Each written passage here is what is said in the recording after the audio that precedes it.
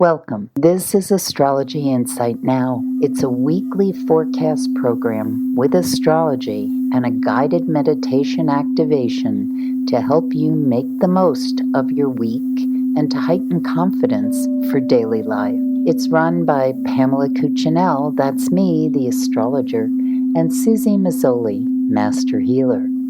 We invite you to find out more about our individual work, Susie Mazzoli, susiemazzoli.com, or insightoasis.com for astrology. We look forward to your joining us every week. Please share with your friends. Here we go. Welcome, everybody, to July 2024. Pam is going to let us know all about the week starting July the 1st. Here we go. Can you believe it? We are already hitting the seventh month of this year. And then I will be back for our meditation. Pam, what's in store for us this week? Woof. Hotter than the July. Yes, well, July. So the sun is in the sign of Cancer, as happened with the solstice, and we are cooking along. And I don't say that lightly. Basically, I would take advantage of Monday and the morning of Tuesday, the first and second. And the times I give are Eastern time, so you'll need to adjust depending on where you live. But especially Monday looks just really, really juicy for aiming towards whatever the pieces that you want to release as you move into the next lunar cycle, which will happen later in the week. So what I mean by that is if you're in a completion of something, or if something's just sort of been gathering attention and distracting you from the things you really need to do because you just aren't picking it up and running with it, this is a really good time to say to yourself, is there a reason I'm procrastinating on that?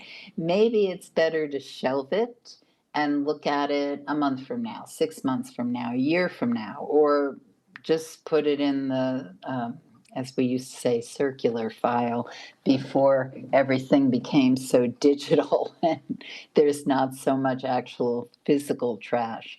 But in this waning moon cycle, as we're approaching that new moon on Friday, this is, you want to taper down. You want to taper down from anything that's keeping your attention from the things that really deserve it. And the moon is in the sign of Taurus on Monday into, as I said, early in the day on Tuesday. So these are really good days for paying attention to what nurtures you, what feeds you, what gives you a sense of comfort, especially in a spiritual alignment capacity. One thing that is super critical in the world in which we live, and you hear, read this, or say this all the time. Yeah, well, I'm spiritual, but I'm not that into religion.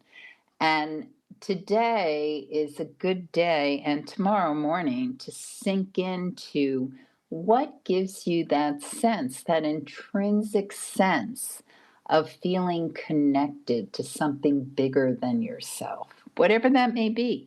Whether you believe in God, the goddess, higher power, the universe, just you don't know what it is, but you think there's something else out there, namaste, whatever. These are super, super days to just sink into that sense of you are a child of light, you are a child of the universe, and you deserve. So many of us get blindsided, derailed, disempowered, and quite honestly, if you have the privilege of even hearing this podcast, and I'm not saying the privilege of hearing Susie and me, but I'm saying the privilege of electricity, Wi-Fi, having that kind of connectivity, you have layers of gratitude that a lot of the world doesn't even know about. So oftentimes we get seduced into not paying attention to what we do have. So today, tomorrow morning, really excellent days to notice the things that you have that are for your appreciation, comfort, and yes, I'll use the term wealth. I'm not just talking about monetary wealth, but it could be creative wealth, things that give you a sense of beauty, a sense of being able to take time for spiritual seeking. And the moon in Taurus really it reminds us, take care of yourself. Spend a little more time on that couch if you're always up running around doing things, or spend a little time walking in nature, the garden, in a museum, if you usually just stay hunkered down in front of a monitor. Do the things that allow your body a sense of feeling delicious to be alive. So, Monday, I see that. Tuesday morning, so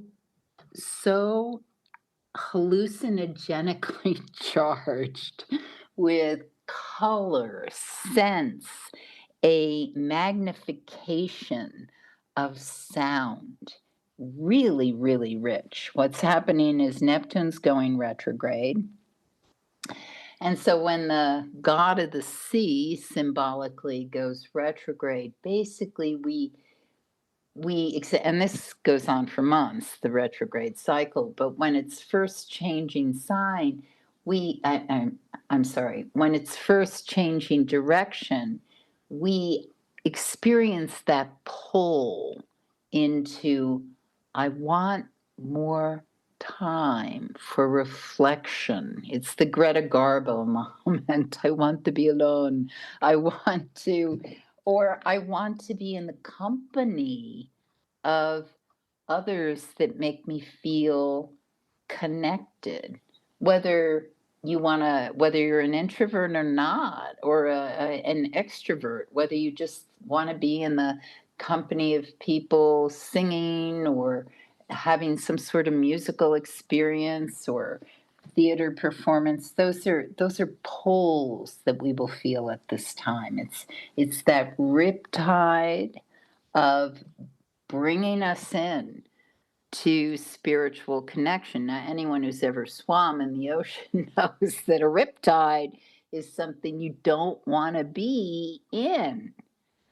And so that's why, if the emphasis has not been on spiritual centering, what feeds you in a sense of connectivity, then it's going to be much more of a pull for you. If this is if you have a practice, if you're feeling that kind of connectivity, it will be well, sometimes it's just a subtle validation or a sense of, yeah, I need to return to that practice. Oftentimes we can get derailed. I was traveling a lot last month, and so to find myself back in, okay, now I'm redeveloping those rituals, those routines that I have every day that are mine alone that keep me centered. When we travel, it's a little harder. Some people are better at it than others, especially people who travel quite a bit. So it depends what the call is, but it's very strong on these days. And on Tuesday, in the morning, after roughly dawn until late morning, we have a really fertile time to pay attention to your intuition, getting those hits or those feelings of, this is what I want to follow and look into. If you don't have time to do it that morning, jot it down, pay attention to it, because it is telling you something that is really informing you about what continues to get those juices flowing of productivity and purpose. So the moon goes void, of course, at 11:43 a.m. Eastern Time, and then just a few minutes later, it enters the sign of Gemini. Now, this is very different energy than that moon in Taurus. Now the phone is ringing, texts are coming in, messages are happening. We're feeling a real sense that we have to get up, get out, and do. And this can be a highly productive afternoon, especially if you did pay attention to the things that helped reinforce, feed you, give you a sense of self care. Then you really have the energy to push into what you want to accomplish on this day. And that can carry through until Wednesday the 3rd. The thing about once we get into Wednesday is that we may encounter, I want to say division of power. And what I mean by that is there's a configuration in the sky between Mercury and Pluto that indicate a push pull in how messages are delivered or thoughts are shared. So what can happen is that, I mean, people can be in agreement. We can be working on something that we're all on the same page about what we want to do and make happen. But we get into these crazy power struggles or divisions of labor where people are not clear who does what, or they're really insistent on what they want to do with it. So I would say the important thing about a day like today is really choose your battles. Decide if you're not getting heard, or if you really have a better system than the one that's proposed to you, your ways of dealing with it can be finding a partner or someone who also sees, yes, this is a way to have this manifest, or how we can roll it out.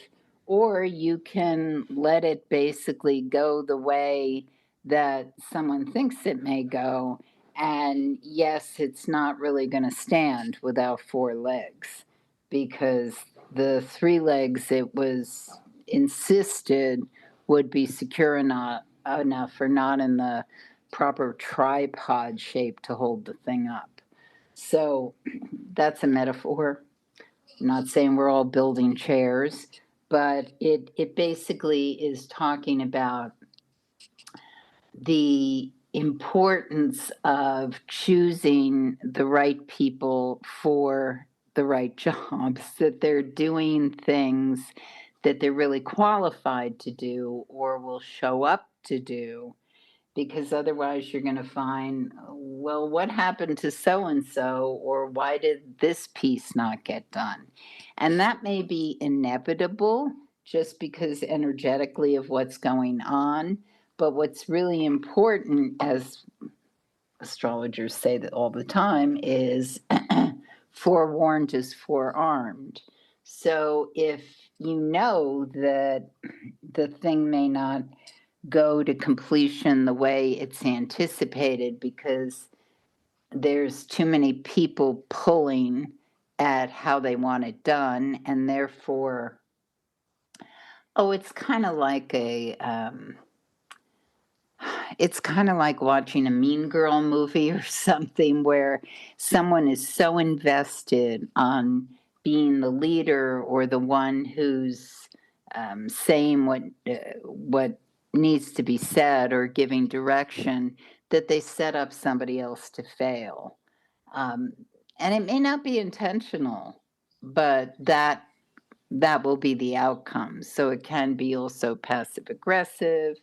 And I'm not saying that every situation you get in is going to be like this, But if your intuition, remember I talked about intuition, especially heightened the day before, if you're getting the sense that not everybody's on the team or not everybody's seeing your way, then just pay attention. Because if we're not paying attention and we basically get in these situations because we were hoping somebody would do the right thing, well, then we weren't paying attention. And we can and make the thing fly, but it's just really important to not not suffer with an illusion that it's going to work out when it's not.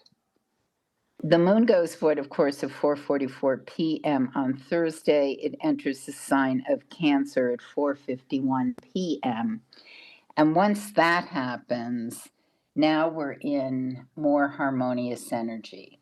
And this is actually very lovely because whatever we had to do as we were going through completion or wrapping up throughout earlier in the week, by more end of day on Thursday, which also happens to be Independence Day in the United States, we can look at, okay, we see everything that happened, and how can we settle in to basically a higher octave of love, of spirituality, of connectivity.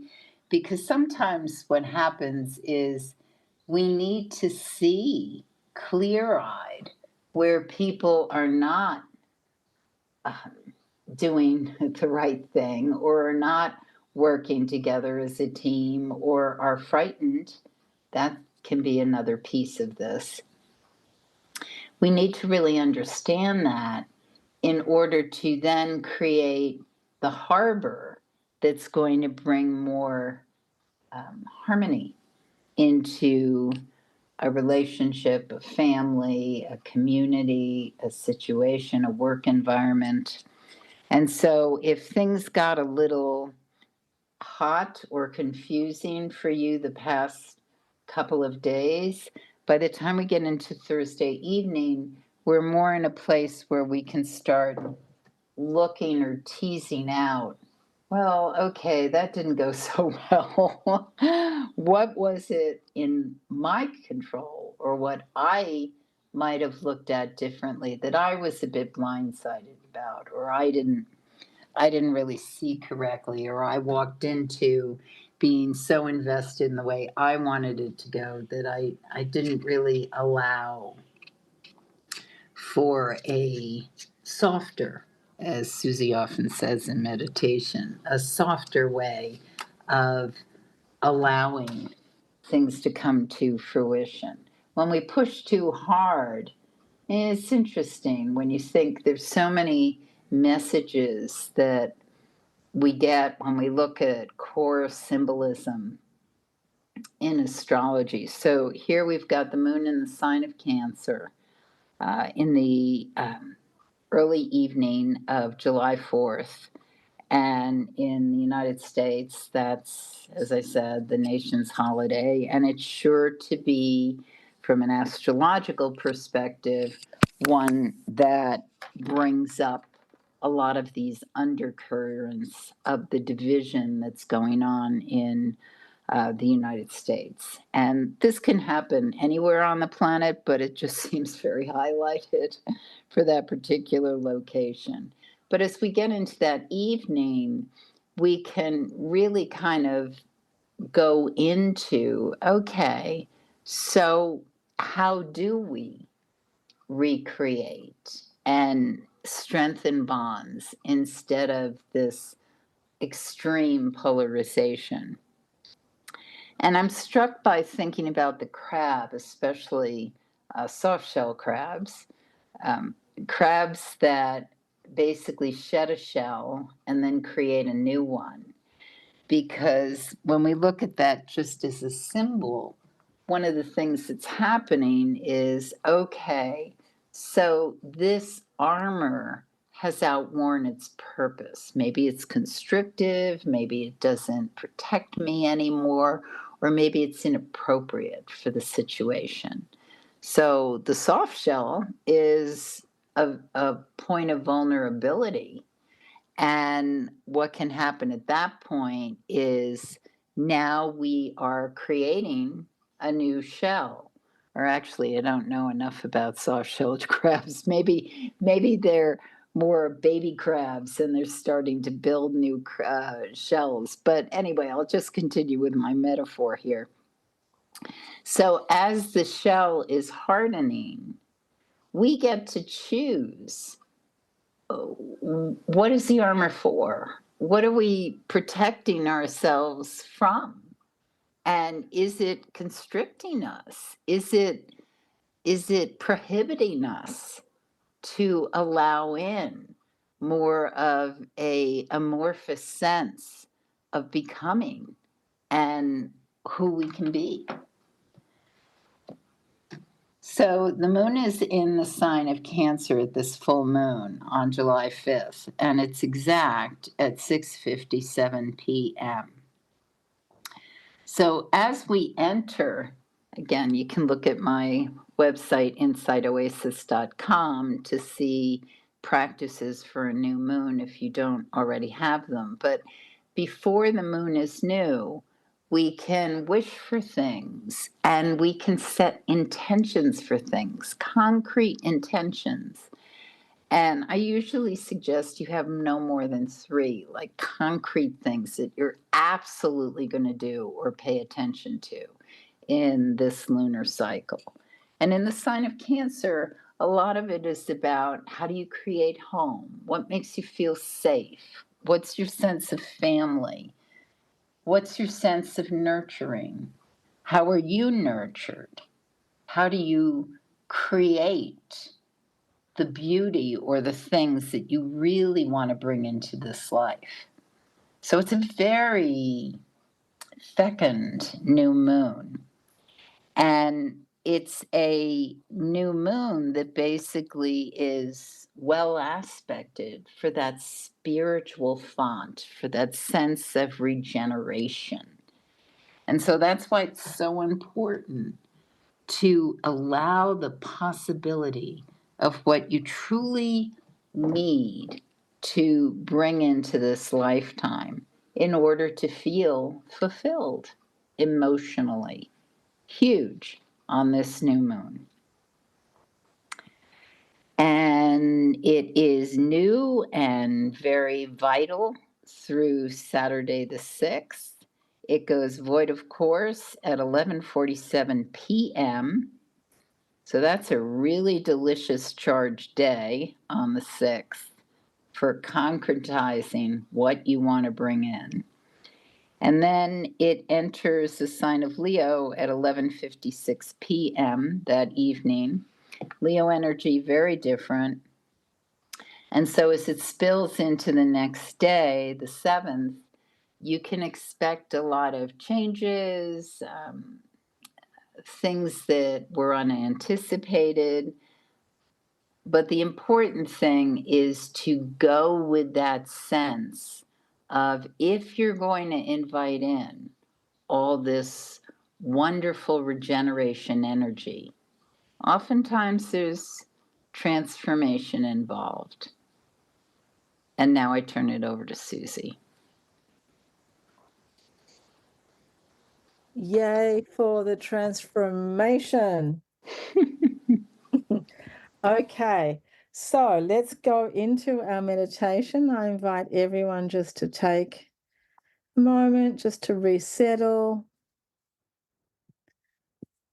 and feel yourself just focusing back in on the internal core energy.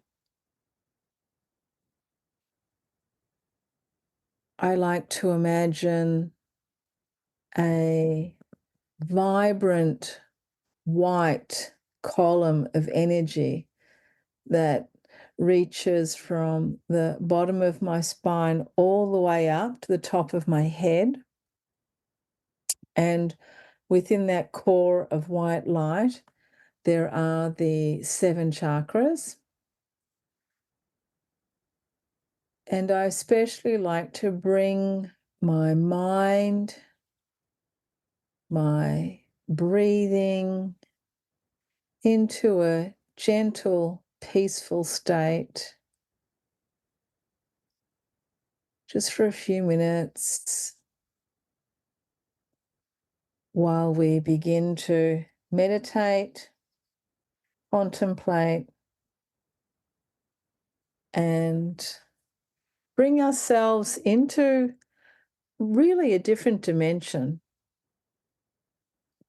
And what is so very, very important about meditation, as well as, of course, the fact that you can calm down and bring some peace, and by that peace, you are actually creating some very good chemicals in your body that are actually helping you to feel better and to heal and anti-aging, because all of the stress chemicals take us in the opposite direction, of course. But I think what is really, really important when we're meditating is understanding that the mind, this mind stream, this perception, this perceiver, receiver, conceiver that we are, is everything. It is the way that we perceive the world. And so depending on what we think really has a huge impact on what we are actually able to experience in this world. So the more closed the mind is, the less we see, the less we are able to experience. So I like to think of meditation as a time where we are taking command of our mind, and through that taking command of our body and taking command of our emotions. And we are beginning to stretch out that mind stream. We are giving ourselves a broader, bigger bandwidth to experience. So for example, we know that birds on this planet, birds actually have a broader spectrum of vision, so they can see more colors than we can. They have the ability to differentiate and to actually see more. So we can think now, as we're meditating, that we are pushing out the sides of our box, pushing out the concepts that we might believe in, pushing out the thoughts, the understandings that we have of the world. Like perhaps it's different, perhaps it's bigger, perhaps it's broader, perhaps it's not just black and white, but millions of different colors. So as we're sitting and meditating, allow yourself to really push out those restrictions, push out the sides of our box, push out anything that is in any way a thought process that might restrict us. And we are seeing this now in the last 10 to 15 years. So many of the scientific experiments that are done on medications, on pharmaceuticals, even actually going so far as operations, that people are actually getting nearly as much benefit, and in some cases the same benefit from a placebo than actually if they had the given medication or the given operation. So surgeons have gone in and made some incisions into, for example, a knee and said, we're fixing your knee. And the people wake up and nothing's actually been done to their knee, but they wake up and their knee is 100% better. So this is the placebo. And what's interesting is that in this time of our world, when we are so-called evolving and coming into the next age and the growth of our awareness, that so too in the scientific community is the action of the placebo has been radically increasing. So perhaps this is a sign of our evolution, of our mind over matter, of our mind as being a powerful conceiver, perceiver, receiver, that our mind is able to manifest this world. Our mind is manifesting this world. What happens when we really take that command that anything is possible? Perhaps we can do so much more if we allow ourselves to think in that way. See how much now we can stretch out the mind stream. See it now more perhaps as like a giant, like an antenna that is reaching out, like a radio antenna that is reaching out into all aspects of the universe, to all dimensions, and that we are able to tap into everything, everywhere, at will, all of the knowledge, all of the abilities, all of the skills, that we're not limited, that we don't have to fit in to the systems that we might have grown up with. Feel yourself stretching in all directions, that you can see more. The more we raise our frequency, the more we are able to see. The more we raise our frequency, the more we are able to love. The more we raise our frequency, the more we are able to receive love. Feel ourselves now just opening up and letting that frequency rise up higher and higher, our very own frequency, that we have our hand on that dial and we are able to switch it up, to turn it up, to experience the higher frequencies, the broader frequencies, stretching up, stretching out in all directions. And it feels so comfortable for us to be in this place. So peaceful. And it also feels like it can go on boundlessly in all directions. Ultimately free. And as we take a few deeper breaths, just hold that energy, let it be with you. Remember that this is what we are. Thank you everyone for joining us. Thank you so much, Pam, and hope that everyone has a fabulous week. Lots of love. Love now. You have been listening to Susie Mazzoli and Pamela Cuccinell of Insight Now. If you've enjoyed this program, consider a donation. A link for that at astrologyinsightnow.com. We invite you to join us again for next week's podcast. please share with others who can benefit from insight, and have a stellar week.